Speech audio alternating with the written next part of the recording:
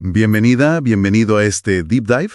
Hoy nos metemos con un análisis que nos plantea una pregunta yo creo fundamental. ¿Sigue siendo necesaria la religión hoy, en pleno siglo XXI? Tenemos fuentes que lo miran desde varios ángulos, ¿no? Su función social, la existencial, cómo está el panorama global, en fin. Vamos a intentar aclarar un poco todo esto. Exacto.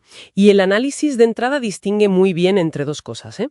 Por un lado está esa necesidad, digamos, funcional, histórica, el papel que ha tenido la religión pues, para organizar la sociedad, las leyes, la cultura. Claro.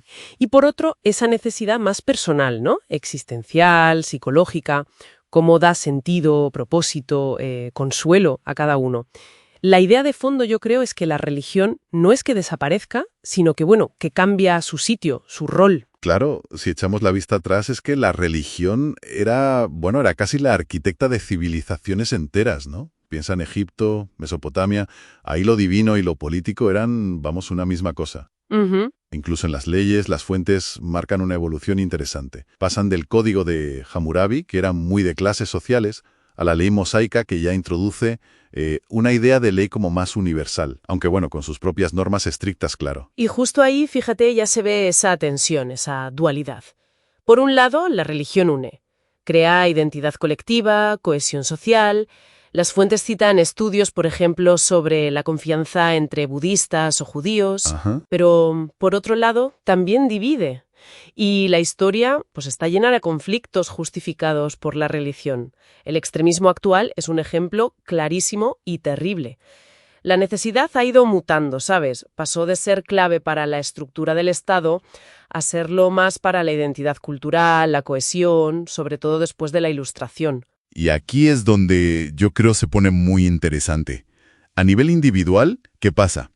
Pues que la religión sigue ahí, dando respuestas a preguntas que la ciencia, no aborda. Claro. El origen, el sentido de la vida, la muerte. Las fuentes hablan de que ofrece como un marco contra la soledad existencial.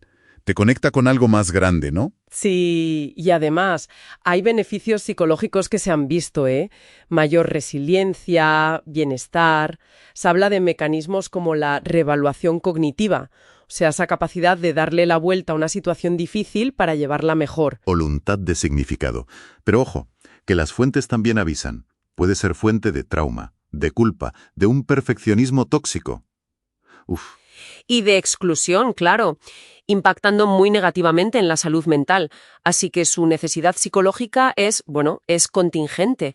Depende mucho de cómo se viva. No es algo automático. Lo que nos lleva al eterno debate. Ciencia versus religión. El análisis deja claro que no tiene por qué ser un conflicto inevitable, ¿eh? Citan a científicos como Francis Collins, el del proyecto Genoma Humano, que se declara creyente y ve compatibilidad. Claro, la idea que transmiten es que la tensión real no es tanto entre ciencia y religión como disciplinas, sino más bien a nivel filosófico. Exacto.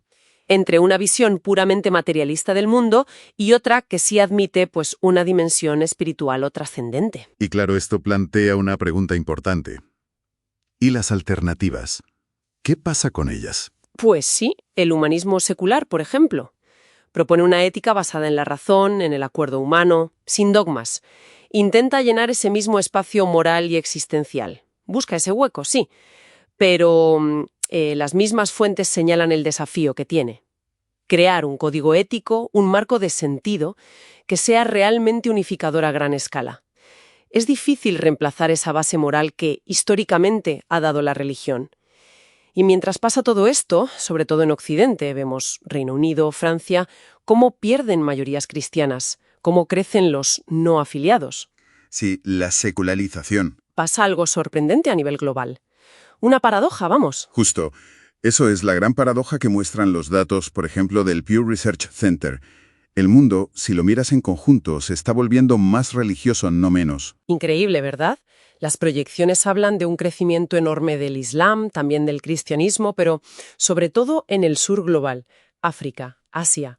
Para 2050 se espera que el número de musulmanes casi iguale al de cristianos. Y las causas que apuntan las fuentes, son principalmente dos. Por un lado, la demografía pura y dura. Las tasas de natalidad son más altas en esas regiones. Claro. Y por otro, que sigue habiendo una necesidad funcional. Donde el Estado es más débil o no llega, pues las instituciones religiosas muchas veces dan servicios básicos, educación, sanidad. Ahí siguen teniendo una relevancia muy práctica. Exacto. Parece que la secularización va más ligada a la prosperidad económica, al estado del bienestar fuerte, ¿no? Entonces, a ver, si intentamos recoger un poco todo lo que hemos visto en este análisis, ¿la religión es necesaria hoy en día? Pues, en un sentido absoluto, para sobrevivir, quizá no. Pero las funciones que cumplen, ¿no? Dar sentido, orden, comunidad, eso sí responde a necesidades humanas que son muy profundas, muy persistentes. Parece que no desaparecen así como así. Eso es. Yo creo que la cuestión clave que se deriva de todo esto no es tanto si la religión es necesaria, sino cómo las sociedades, y también las personas individualmente, satisfacemos esas necesidades. Claro. Esas búsquedas de trascendencia, de propósito, de conexión. La religión ha sido y sigue siendo una respuesta muy potente. Y como vemos, está en constante cambio. Y nos deja una reflexión final, yo creo interesante, que sale de todo esto. Si las alternativas seculares todavía están, digamos, buscando cómo ofrecer esos marcos de sentido morales de forma masiva y unificada.